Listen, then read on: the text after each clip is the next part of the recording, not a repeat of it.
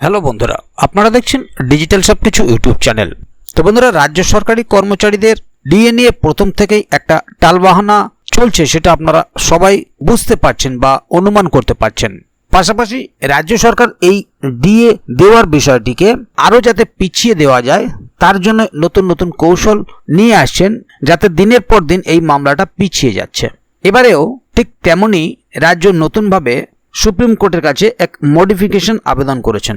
তবে সরকারি কর্মীরা এটা মনে করছেন যে এই মডিফিকেশন আবেদন কতটা শক্তিশালী, আবেদনের প্রথম দিনেই কি খারিজ হয়ে যাবে?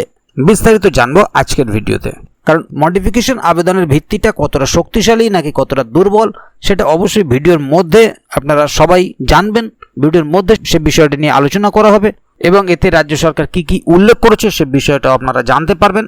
তাই ভিডিওটিকে কোথাও স্কিপ না করে প্রথম থেকে শেষ অবধি পুরোটাই দেখবেন মনোযোগ সহকারে, যাতে করে কোনো জায়গায় বুঝতে আপনাদের কোনো প্রকারের অসুবিধা না হয়। এছাড়াও আপনি যদি আমাদের চ্যানেলে প্রথমবার হয়ে থাকেন তাহলে অবশ্যই চ্যানেলটিকে সাবস্ক্রাইব করে বেল আইকনটি প্রেস করে অল নোটিফিকেশনে ক্লিক করে দেবেন, যাতে করে আমাদের চ্যানেলে যখনই কোনো নতুন ভিডিও আপলোড হবে তার সরাসরি আপনাদের কাছে পৌঁছে যায়। তো চলুন দেখে নেওয়া যাক এখানে বিষয়টি ঠিক কী বলা হচ্ছে।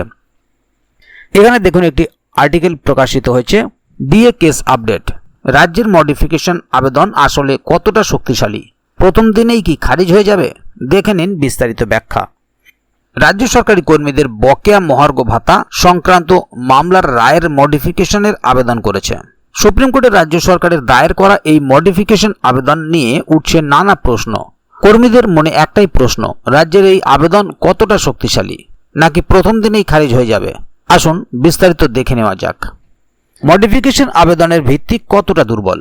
রাজ্য সরকারের ডিএ মামলার মডিফিকেশন আবেদনটি একটি অত্যন্ত দুর্বল ভিত্তির উপর দাঁড়িয়ে আছে বলে মনে করছেন বিশেষজ্ঞরা। এর পিছনে বেশ কিছু গুরুত্বপূর্ণ কারণ রয়েছে যা সুপ্রিম কোর্টে রাজ্যের অবস্থানকে দুর্বল করে দিতে পারে। সময় চাওয়ার যুক্তির অভাব। রাজ্য সরকার ডিএ প্রদানের নিয়মাবলী তৈরির জন্য আরও 6 মাস সময় চেয়েছে, কিন্তু মনে রাখতে হবে 2017 সালে স্যাট এই নিয়ম তৈরির জন্য রাজ্যকে 3 মাস সময় দিয়েছিল। প্রায় 6 বছর পরেও একই কারণে আবারও সময় চাওয়াটা রাজ্য সরকারের ব্যর্থতাকেই প্রকাশ করে। এই যুক্তি আদালতের কাছে ধোপে টাকার সম্ভাবনা কম। সুপ্রিম কোর্টের নির্দেশ অমান্য। গত 16 মে 2025 তারিখে দেশের সর্বোচ্চ আদালত 6 সপ্তাহের মধ্যে বকেয়া ডিএর 25% মিটিয়ে দেওয়ার নির্দেশ দিয়েছিল। এই সময়সীমা 26 জুন শেষ হলেও রাজ্য সরকার সেই নির্দেশ পালনে কোনো পদক্ষেপ নেয়নি, বরং সময়সীমা পেরিয়ে যাওয়ার পর 27 জুন মডিফিকেশন আবেদন করা হয়েছে, যা আদালত অবমাননার শামিল হতে পারে। লিখিত জমা দেওয়ার সুযোগের অপব্যবহার। সুপ্রিম কোর্ট উভয় পক্ষকে তাদের সমস্ত বক্তব্য লিখিতভাবে জমা দেওয়ার জন্য 4 সপ্তাহের সময় দিয়েছিল, যা 12 জুন শেষ হয়। রাজ্য সরকার তাদের আর্থিক সমস্যার কথা এই সময়ের মধ্যে লিখিতভাবে আদালতকে জানায়নি। দেরিতে এই আবেদন তাদের অবস্থানকে আরও দুর্বল করেছে। এবার দেখে নেব টাকা ফেরত চাওয়ার অবাস্তব যুক্তি। মডিফিকেশন আবেদনে একটি অদ্ভুত বিষয়ের উল্লেখ করা হয়েছে। রাজ্য সরকার জানিয়েছে যে ডিএর 25% টাকা তারা সুপ্রিম কোর্টে জমা রাখতে চায়, যাতে ভবিষ্যতে যদি মামলায় রাজ্য জয়ী হয় তবে কর্মীদের থেকে সেই টাকা ফেরত নেওয়া যায়।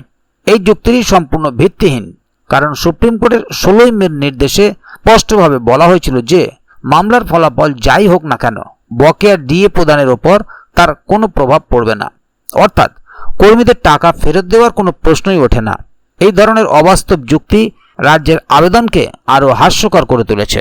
তাহলে বন্ধুরা বুঝতে পারছেন যেখানে রাজ্যের আবেদন কতটা শক্তিশালী। বিশেষজ্ঞদের মতে এই মডিফিকেশন আবেদনটি আসলে সময় নষ্ট করার একটি কৌশল ছাড়া আর কিছুই নয়। আগামী 4 আগস্ট 2025 তারিখে এই মামলার পরবর্তী শুনানি রয়েছে। সেদিনই হয়তো জানা যাবে এই আবেদনের ভবিষ্যৎ কী। তবে সার্বিকভাবে যা পরিস্থিতি তাতে রাজ্য সরকারের এই আবেদন খারিজ হয়ে যাওয়ার সম্ভাবনাই প্রবল। তাহলে বন্ধুরা বুঝতেই পারছেন এখানে মূল বিষয়টি ঠিক কী বলা হলো। এটা পরিষ্কার যে রাজ্য সরকার এই যে মডিফিকেশন আবেদনটি করছেন এখানে বোঝাই যাচ্ছে, বিশেষজ্ঞরা বলছেন যেটি সময় নষ্ট করার কৌশল ছাড়া আর কিছু নয়। পাশাপাশি আপনারা প্রত্যেকেই জানছেন যে ডিএ বিষয়টিকে যাতে আরও পিছিয়ে দেওয়া যায় তার জন্য রাজ্য সরকার একের পর এক কৌশল চালিয়ে যাচ্ছেন, যাতে এই মুহূর্তে তাদেরকে এই বিপুল পরিমাণ টাকাটা হাতছাড়া করতে না হয় বা দিতে না হয়। তবে এরপরেও আগামী শুনানি রয়েছে আগস্ট মাসে, সেখানেও কি বক্তব্য আসে আদালতের পক্ষ থেকে সেটাও কর্মীদের জন্য একটা বিশাল পাওনা বলে মনে করছেন তারা।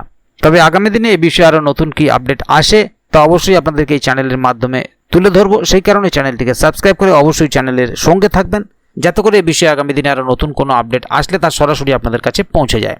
তো বন্ধুরা, আজকের গুরুত্বপূর্ণ ভিডিও আপডেটটি এখানেই শেষ করছি। ভিডিওটির সম্বন্ধে আপনাদের মতামত এবং আপনারা কে কোথা থেকে ভিডিওটি দেখছেন অবশ্যই কমেন্ট বক্সে লিখে জানাবেন। ভিডিওটি ভালো লাগলে অবশ্যই একটি লাইক দেবেন এবং বন্ধুদের জানার সুবিধার্থে ভিডিওটিকে শেয়ার করবেন, যাতে তারাও বিষয়টি সম্বন্ধে জানতে পারে। ভিডিওটি শেষ পর্যন্ত দেখার জন্য অসংখ্য ধন্যবাদ। আপনারা দেখা হবে আগামী ভিডিওতে। ততক্ষণ পর্যন্ত ভালো থাকুন, সুস্থ থাকুন। ধন্যবাদ।